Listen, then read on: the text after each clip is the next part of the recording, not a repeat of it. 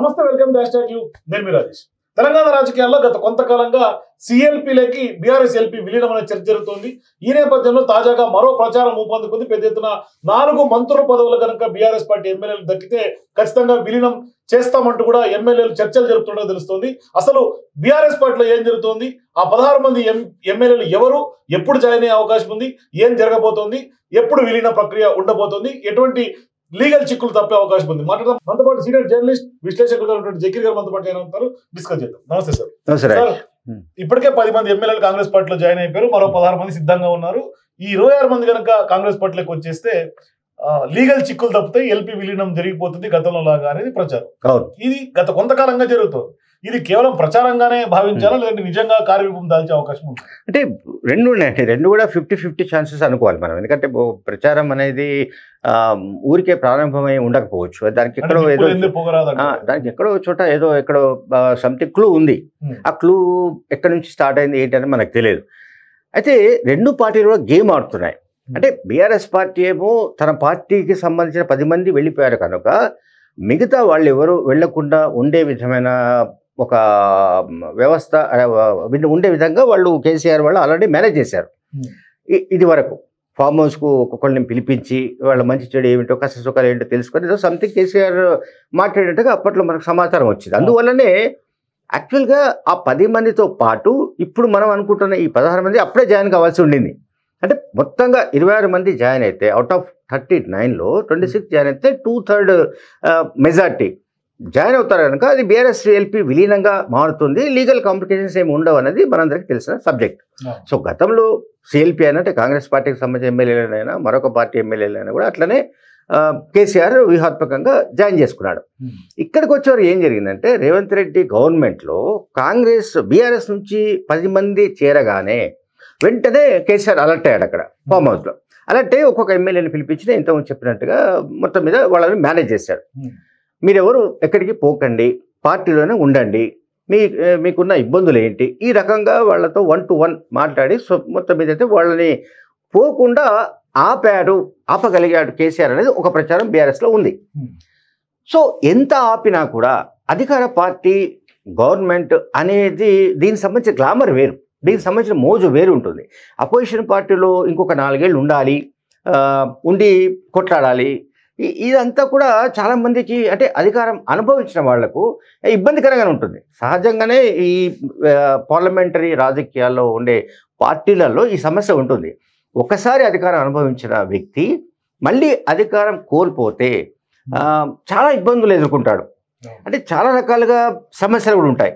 అవి డబ్బు రూపంలో కావచ్చు, ఇంకొక రూపంలో కావచ్చు. అందువల్ల ఏంటంటే వాళ్ళు ఇప్పుడు మళ్ళీ తాజాగా గడిచిన 2-3 రోజుల నుంచి వస్తుంది. అయితే ఇక్కడ మనం గమనించాల్సిన పాయింట్ ఏంటంటే చాలా కీలకమైన పాయింట్ చెప్పబోతున్నాను. ఏంటంటే ఈ 16 మంది జంప్ అయ్యే అవకాశాలు ఉన్న ప్రచారానికి ముందే ఫిబ్రవరి 19న బీఆర్ఎస్ పార్టీ రాష్ట్ర కార్యవర్గ సమావేశం, విస్తృత స్థాయి సమావేశం ఏర్పాటు చేస్తున్నారంటేనే బహుశా ఇటువంటి సమాచారం ఏదో ఆయనకు ముందే అందింది కేసీఆర్. ఎందుకంటే కేసీఆర్ సాల్ట్ తిన్నవాళ్ళు, ఉప్పు తినేవాళ్ళు చాలా మంది ఉన్నారు. బీఆర్ఎస్లో ఉన్నారు, కాంగ్రెస్లో ఉన్నారు. నేను ఎవరి పేరు చెప్పను కానీ చెప్తున్నాను. బీఆర్ఎస్లో ఇట్లా ఉంటారు ఆబ్వియస్లీ, బట్ కాంగ్రెస్లో కూడా ఉన్నారు. సంథింగ్ ఎక్కడి నుంచో సమ్వేర్ ఇన్ఫర్మేషన్ లీక్ అయింది. సో లీక్ అయింది కాబట్టి మళ్ళీ అలర్ట్ అయ్యాడు.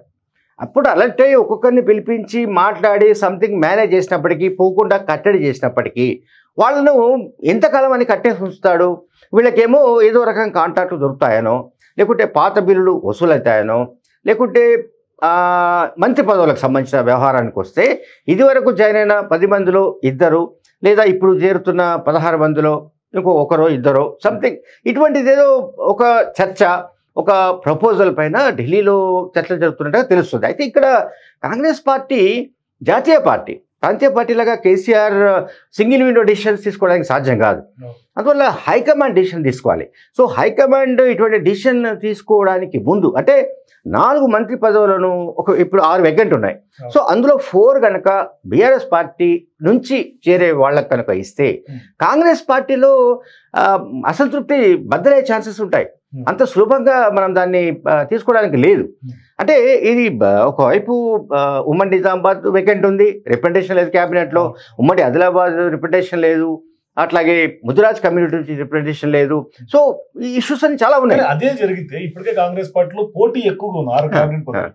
ఇప్పుడు నలుగురికి కనుక వీళ్ళు బీఆర్ఎస్ పార్టీ వచ్చిన వాళ్ళకి ఇస్తే మరి కాంగ్రెస్ పార్టీలో పరిస్థితి ఎట్లా ఉండే అంటే ఇప్పుడు నేను అదే చెప్తున్నాను, కాంగ్రెస్ పార్టీలో ఈ ఇష్యూ ఒకవేళ ఇది నిజంగా ఒక షేప్ తీసుకుందాం అనుకుందాం. అంటే 16 మంది కూడా ఎవరైనా జాయిన్ అయ్యే పరిస్థితులు ఉండి అందులో 2-3 తీసుకోవడానికి లేదా ఒకరిని తీసుకోవడానికి ఇదివరకు చేరిన 10 మందిలో ఇప్పుడు అరకపూడి గాంధీకి already public accounts committee chairman పదవిని ఇచ్చారు.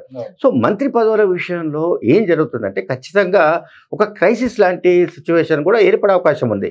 సో దాన్ని హ్యాండిల్ చేయడానికి మరి రేవంత్ రెడ్డికి సత్తా సరిపోతుందా, లేకుంటే పార్టీ హైకమాండ్ వీళ్ళకి డైరెక్షన్ ఇస్తుందా, అండ్ మొత్తంగా సిఎల్పి సమావేశం లాంటిది పెట్టి సో దీన్ని అంతా ఎక్స్ప్లెయిన్ చేయాల్సి ఉంటుంది. సో ఎందువల్ల మనం బీఆర్ఎస్ విలీనం చేసుకోవాల్సి వస్తుంది అంటే ఇప్పుడు ఒకటి మనం బలోపేతం కావాలి ఎనీ రాజకీయ పార్టీ అధికారంలోకి వచ్చిన తర్వాత. రెండోది ఏంటంటే అవతల ప్రత్యర్థి బలోపేతం కాకుండా చూడాలి, బలహీనపరచాలి, వీలంత వరకు ఆ పార్టీ నిర్వీర్యం చేసి పారాలి. ఇది కేసీఆర్ సిద్ధాంతం. సో కేసీఆర్ సిద్ధాంతాన్ని అనుసరించడానికి ఇక్కడ వచ్చిన ఒక్క చిక్ ఏంటంటే ఇది ప్రాంతీయ పార్టీ కాదు. సో డిసిషన్ సొంతంగా రేవంత్ రెడ్డి తీసుకోలేడు. అందువల్ల హైకమాండ్కు వెళ్ళినా కూడా వాళ్ళు ఏ రకంగా దీన్ని తీసుకుంటారు. గతంలో కేసీఆర్ చేసింది ఇప్పుడు రేవంత్ రెడ్డి చేసి కొంత కక్ష తీర్చుకునే అవకాశం ఉందనే వాదన వినిపిస్తున్నప్పుడు దీన్ని ప్రజలు ఏ విధంగా రిసీవ్ చేసుకునే అవకాశం? ఇప్పుడు చాలా విషయాలు ప్రజలకు సంబంధం లేనివ్వండి. ఇప్పుడు ఎవరు ఏ పార్టీలో చేరుతున్నారు, ఎవరు ఏ పార్టీలో ఎంత సంపాదిస్తున్నాడు అనేది కూడా ప్రజలకు సంబంధం లేని విషయాలు. ప్రజలు ఏంటంటే ఎప్పుడు కూడా కామన్ మ్యాన్ వాళ్ళందరూ ఓటర్స్ అనుకుంటే వాళ్ళు డే టు డే తమ జీవితంలో జరుగుతున్న విషయాలు, వస్తున్న ఇతర ప్రయోజనాలు వీటికి సంబంధించిన కాన్సన్ట్రేషన్ ఉంటుంది తప్ప ఈ రాజకీయాలకు సంబంధించిన విషయాలన్నీ కూడా పెద్దగా వాళ్ళేం చర్చలు జరపరు. ఆ టీవీ డిబేట్లలో వీటిలో మనం చర్చించుకోవడానికి బాగానే ఉంటుంది. ఈ పార్టీ నుంచి ఆ పార్టీకి మారుతున్నారు, ఫిరాయింపులు ఏదో ఒక చట్టము సుప్రీంకోర్టులో ఈ నెల 18న ఒక మళ్ళీ ఒకసారి విచారణ జరగబోతుంది. ఇప్పుడు ఎల్పీ విలీనం కనుక జరిగితే భవిష్యత్తులో ఇంకా లీగల్ చిక్కులు తప్పిపోయి ఇంకా ఉప ఎన్నికలని ఉప ఎన్నికలకు కంపల్సరీగా బ్రేక్ పడినట్టే. ఇప్పుడు కాంగ్రెస్ పార్టీ నాయకత్వం కూడా దాన్ని ఆలోచిస్తుండడం మాకు కనబడుతుంది.